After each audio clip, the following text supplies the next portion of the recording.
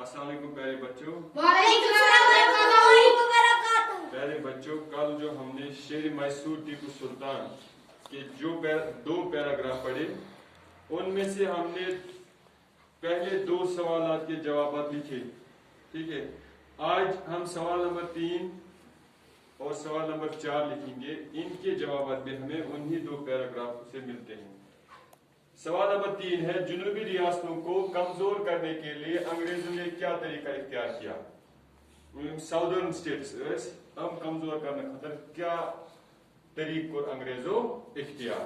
इसका जवाब है, जुनूबी रियासतों को कमजोर करने के लिए अंग्रेज उन रियासतों के हुक्मरानों को आपस में लड़ाते रहे। डिवाइड एंड रूल पॉलिसी बना पानवी लड़ने कम हुक्मरान।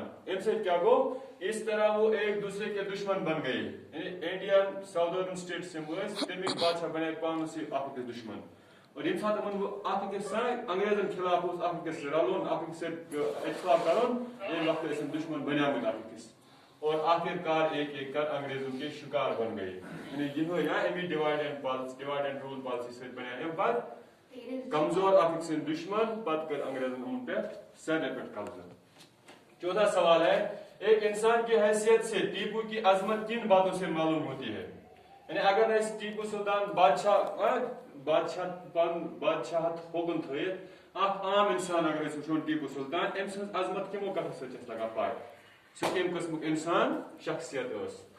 टीपू एक आला तालीम याफ्ता, बाहिम्मत, हौसलामंद, दिलेर और शेर दिल इंसान था।